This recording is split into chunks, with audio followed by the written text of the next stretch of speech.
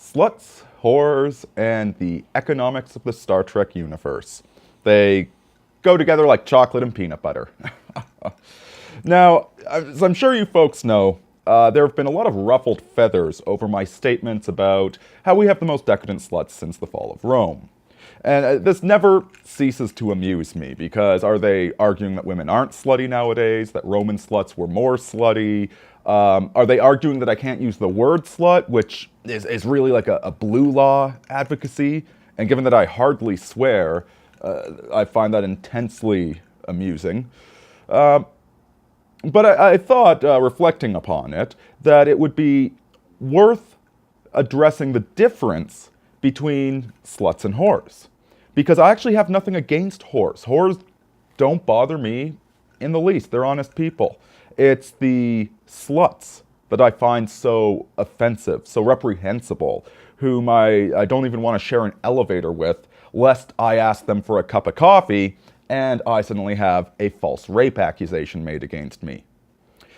But I think a good way to introduce this topic is using the economics of the Star Trek universe as a metaphor. And before I get to that, though, I want to establish my view of human nature and kind of where we stand as a civilization right now on the whole issue of virtue and reality. Now, see, the thing about humans is that we really are halfway between monkey and angel.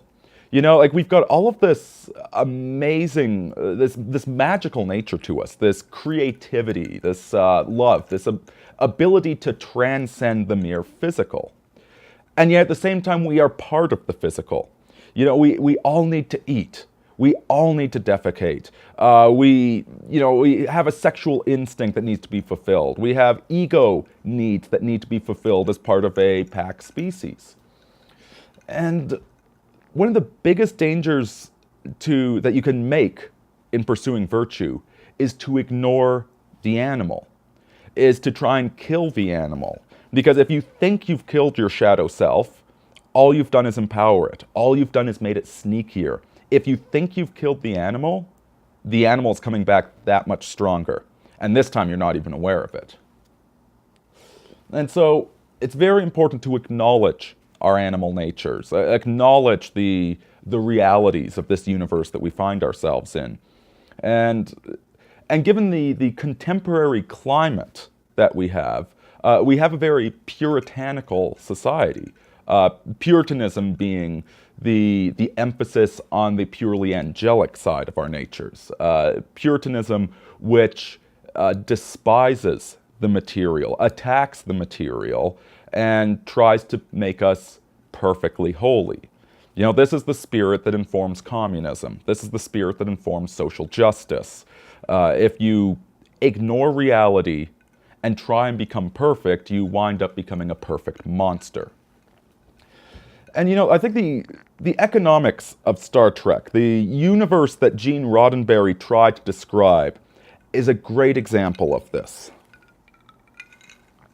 Now, the silliness of Star Trek communism has been commented on extensively.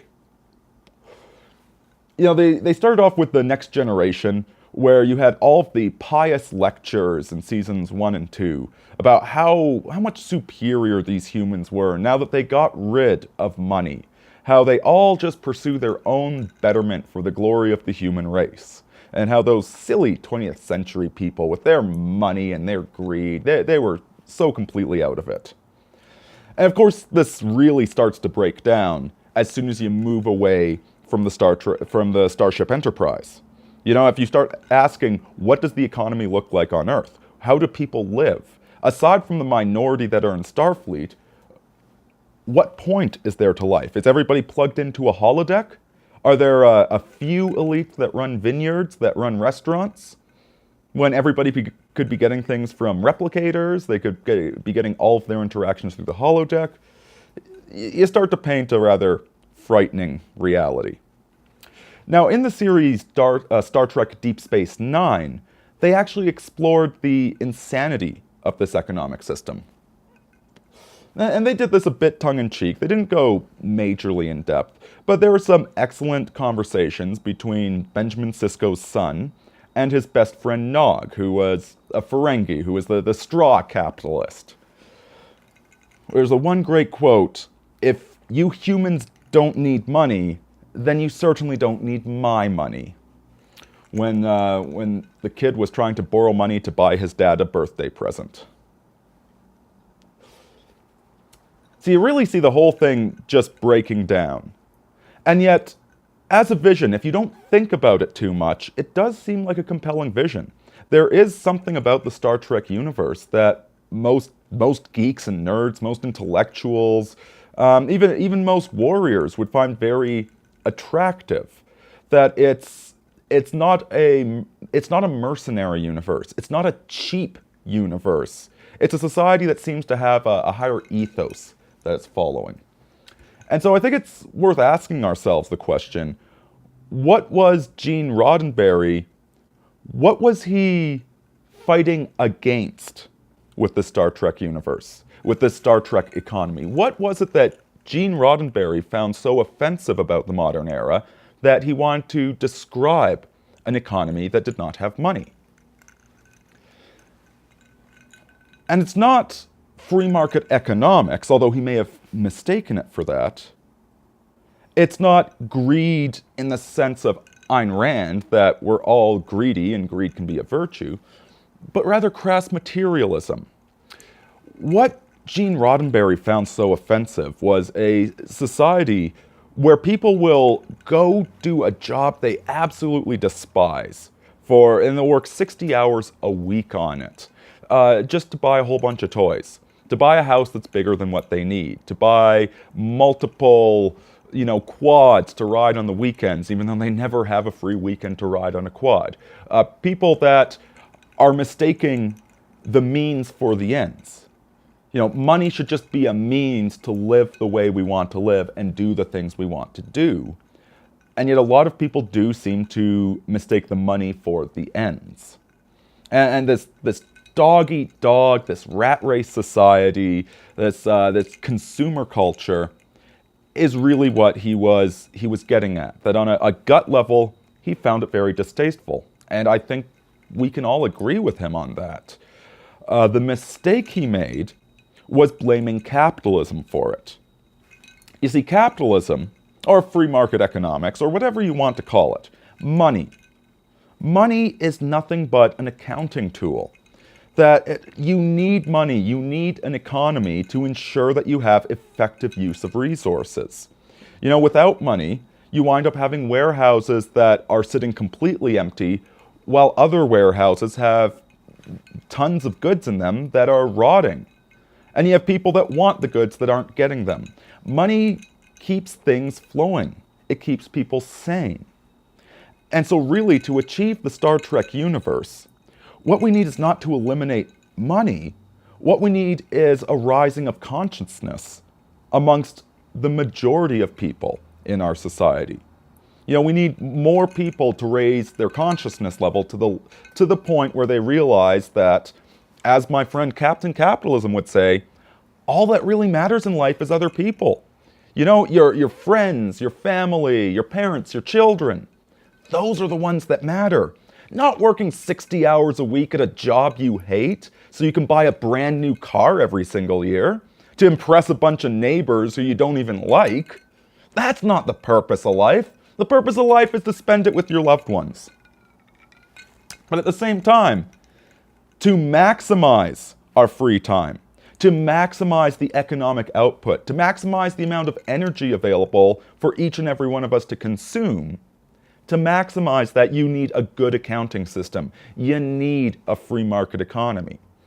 And so my prediction is, if we do move forward towards a Star Trek type world, a world where everybody is focused on bettering themselves, on reading philosophy, on creating art, on exploring things, on doing science, if we move forward to a world that embraces those virtues, it's not going to be communist.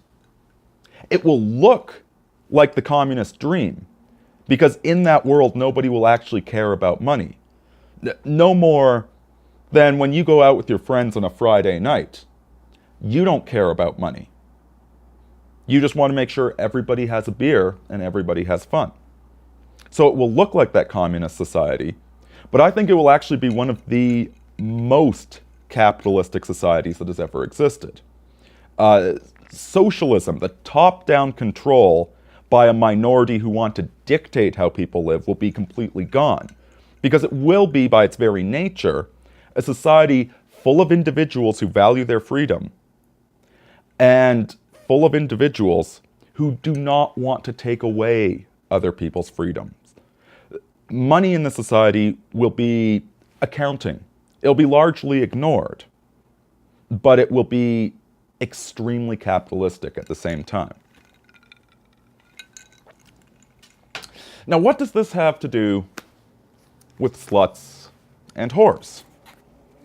Well, because as I said earlier, we are in such an angelically focused period of history where, partly because of our wealth, partly because of historical forces, we're all trying to be that perfect human being and we're completely ignoring the bottom line.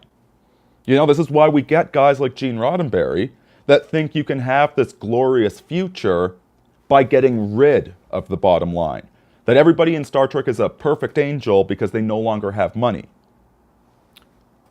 So what I like to do is focus on the baser animal nature of ourselves. You'll focus on the negativity, the negative according to the angelic viewpoint.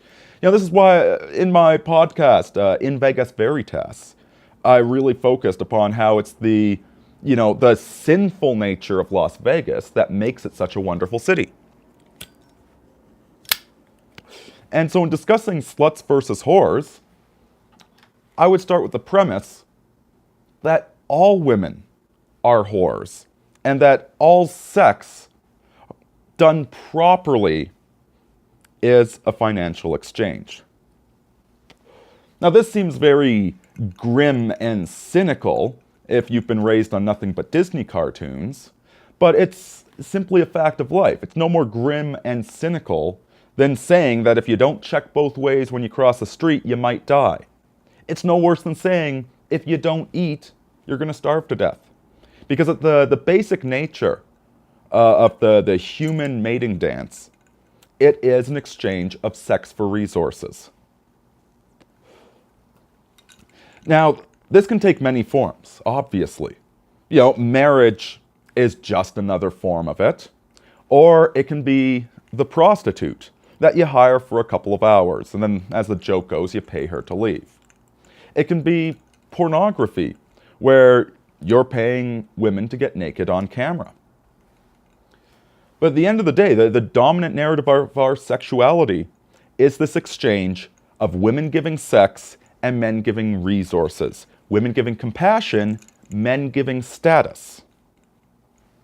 And yes, of course, these things get extremely complex when you iterate the game several times. You know, the reason I love strategy games is because you start with such simple mathematics. You know, +1, -1. And then you play it out, and it gets incredibly complex. But the basic, the primordial nature of our sex is sex for resources. And thus we get to the problem with sluts. Because unlike a whore, unlike a wife or a prostitute, from whom you know what you're getting, you know, both a prostitute and a wife, those are contracts. I give you this in exchange for that.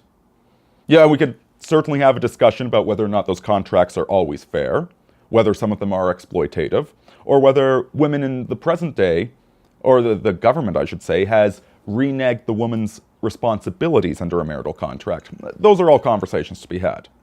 But it's still a contract. We're still pursuing that contractual idea of sex for money. Not with the slut, however. See, the problem with sluts, the dangers with sluts, is that they give it away for free. And to quote Heinlein, Tanstaffel. There ain't no such thing as a free lunch. So one of the things that sluts exchange sex for, while pretending it's free, they exchange it purely for status. And if you read game, if you go up to 20,000 feet and you look down at all the writing on game, it's a bunch of guys who realized that they were misled. They'd been told their entire life growing up that girls want nice guys, when what girls were actually doing was going for status.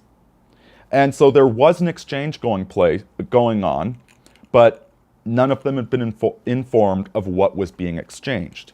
You know, they got taught that if you get a good job, if you bust your ass in school, you get a good job, you'll make a lot of money, you'll have a beautiful wife. What they realized is that many of the beautiful women were going for the bad boy scumbags. So the sluts right there were having a dishonest exchange. They were saying the exchange was going to be on these goods, when it was actually on those goods over there. The next thing that sluts will exchange for is merely attention. You know, one thing I see quite a bit of going on in public is women who are engaging in the mating dance, not because they're honestly engaged in the mating dance, but because they just want the attention. And these are the sort of girls that get sloppy drunk, and in the process of getting attention and sexually arousing a guy, they get seduced, led astray into the bedroom, and the next morning they feel like they got raped because they did not actually want to exchange sex for attention. That was just the scam they were putting forth. And so now the guy who thought it was sex for attention, he is getting a false rape accusation. Then there's the way that sluts will target men who are in relationships. You see, when you have a group of women that are all exchanging on open terms, they can all get along with one another. The market is open, the market is honest.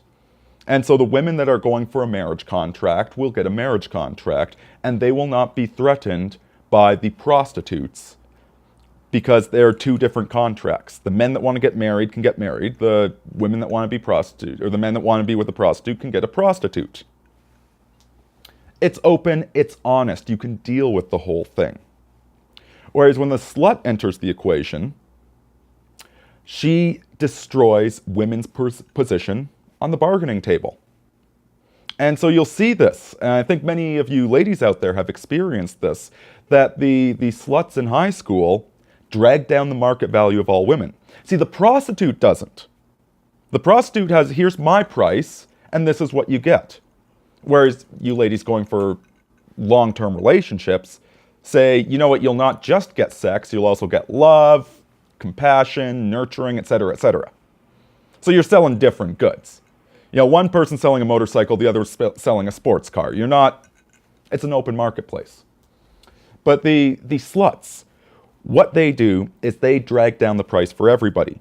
And they also bully the girls that are trying to have a fair exchange. Because everything the sluts do is subversive. They benefit from a chaotic market, from one that is not regular, that is not regulated. And so they attack the girls who are being honest. And actually you'll see this amongst the feminists and the social justice movement. Half the time they're attacking marriage, the other half of the time they're attacking prostitutes.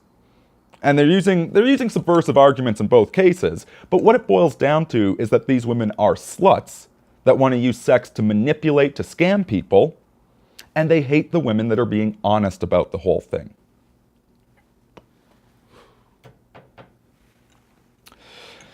And finally, I'd like to finish off with a quote from St. Augustine, which, one of my subscribers was good enough to leave in the comments in my last video. My apologies, friend. I don't remember your screen name. But it is the following. If they were ever to ban prostitution, the world would be inflamed with lust. You know, banning prostitution really isn't, it's not a Catholic value, it's not a Christian value, it's a Protestant blasphemy. You know, and hey, there's some nice Protestants out there. Don't get me wrong. And I'm not exactly a good Catholic. Now, I'm mostly a bad atheist. But this attempt to be perfect, to ban prostitution, to force everybody to live as saints, what this does is it opens us up to the sluts, to the predators, to the scam artists. Anybody that's being honest about what they're exchanging is fine in my book. I have no problem hanging out with whores. They're honest people. What I don't like are the sluts. And that's why I don't like feminists. Take care, folks. Aurini out.